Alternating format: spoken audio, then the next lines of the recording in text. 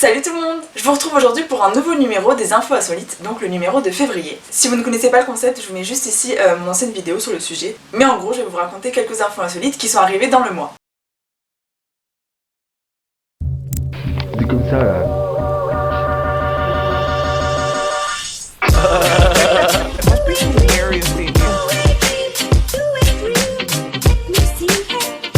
Today's a new day. On est là. Always ask for forgiveness, not permission. On commence tout de suite avec la plus jeune chanteuse jamais égalée qui a enregistré son premier album alors qu'elle n'était même pas encore née. Oui, pendant que vous avez vécu une vingtaine d'années sur Terre sans jamais rien achever, d'autres sont déjà des stars à l'état de fœtus. C'est le cas de Luca Yupanqui, bébé de la bassiste Elizabeth Hart et du producteur Ivan Diaz-Mate, qui ont enregistré les vibrations émises par le bébé lorsqu'Elizabeth était enceinte et les ont ensuite transformées en son. Non mais attends, c'est du piston aussi, ses parents ils étaient déjà dans le show business. Hein. C'est vrai que ça peut aider. Puis bon, dans ce cas-là, tous les bébés peuvent être artistes. Hein.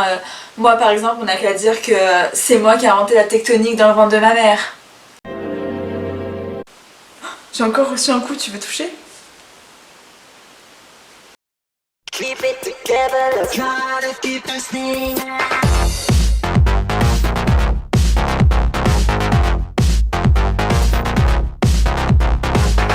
Bon, après au niveau artistique, il faut quand même avoir une certaine sensibilité pour être touché par ce type de musique. Hein. Je vous mets un petit extrait pour que vous compreniez mieux.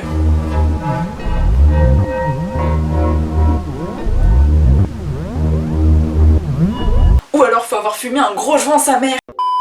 On passe maintenant en Amérique où une jeune femme est devenue virale après avoir utilisé de la colle en guise de gel pour ses cheveux. It don't move. You hear what I'm telling you? It don't move. Je sais, ne me demandez pas ce qui lui est passé par la tête, hormis beaucoup de glu. La pauvre a quand même fini par aller à l'hôpital pour demander de l'aide, sans grand succès. En même temps, elle a pas choisi la meilleure période. En pleine pandémie mondiale, je pense que les infirmières avaient autre chose à faire que de s'occuper d'une jeune femme qui a tenté une nouvelle expérience capillaire. Je vous en supplie, faites quelque chose pour mes cheveux! Lâchez-moi s'il vous plaît. Ne me laissez pas! Je peux éventuellement vous vacciner contre le Covid. Puis moi personnellement, pour remplacer le gel, je fais un masque à l'œuf, ça marche aussi bien.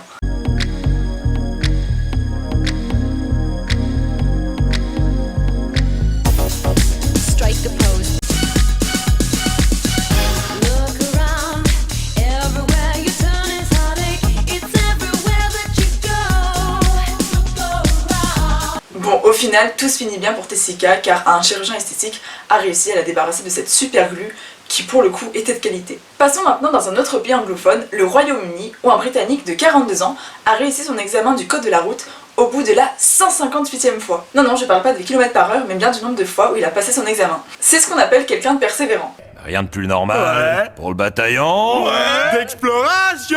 Franchement, ce mec est un exemple comme quoi il faut pas s'arrêter au premier échec, ne pas abandonner mais toujours croire en soi. Ouais, enfin là c'est plus une estime de soi qu'il a le mec, hein. C'est un énorme trou dans son compte en banque. Ce monsieur a en effet dépensé pas moins de 4000 € pour passer l'examen. Oh my god! Et j'espère qu'à ce prix-là, l'école elle lui a fait des réductions. 50 fois raté, la 51e est offerte. Non, puis il a dû passer tellement de temps dans cette école qu'en fait à la fin il venait même plus pour passer le code. Hein. Ah bah, monsieur Richard, il me semble que vous n'avez pas d'examen aujourd'hui. Ah non, aujourd'hui je viens fêter votre anniversaire. Hein. Ça fait quand même 7 ans qu'on se connaît maintenant. Oh, comme c'est gentil. Allez, je vais faire le vœu que vous ayez votre permis. Hein. Il faudra déjà que je passe le code. Le pire, c'est qu'il lui reste encore le permis à passer et qu'il est connu pour être encore plus dur en Angleterre. Bon, après aussi au niveau de persévérance, hein, je me doute pas qu'il s'accrochera quoi qu'il arrive. Puis honnêtement, je remercie ce monsieur d'exister parce que maintenant j'ai une bonne excuse quand les gens me demandent quand est-ce que je passerai le permis et le code. Tu sais maman, je préfère passer le code une fois dans 10 ans sans échouer, plutôt que le passer 157 fois toute ma vie sans jamais réussir. Parlons maintenant d'invention et de femmes, parce qu'on sait très bien que c'est nous qui avons les meilleures idées. Camille, jeune française de 29 ans, a l'idée de fabriquer des bijoux à partir de lait maternel. Oui, ça peut sembler dingue, mais ces bijoux existent déjà dans certains pays du Nord et aux États-Unis. Ah mais ça m'étonne pas, le France leur gèle tellement le cerveau qu'ils ont des idées de fada en fait dans ces pays. Non, moi je trouve ça plutôt original et ingénieux. Ah bah dans ce cas, je peux faire pareil, hein. Je crache ma barbe, je la congèle et hop, ça fait des bijoux en fait. Hein. Il y a une recette là. Enfin bref, c'est après avoir donné naissance à sa petite fille en 2017 que Camille a eu l'idée de commencer son entreprise avec comme matière première son corps et son lait. Et franchement, le résultat est pas laid du tout. Bon, j'avoue, elle était facile celle-là. Bon, par contre, le truc qu'elle a pas dit, c'est que sa fille attend encore de pouvoir goûter au lait de sa mère depuis maintenant 3 ans.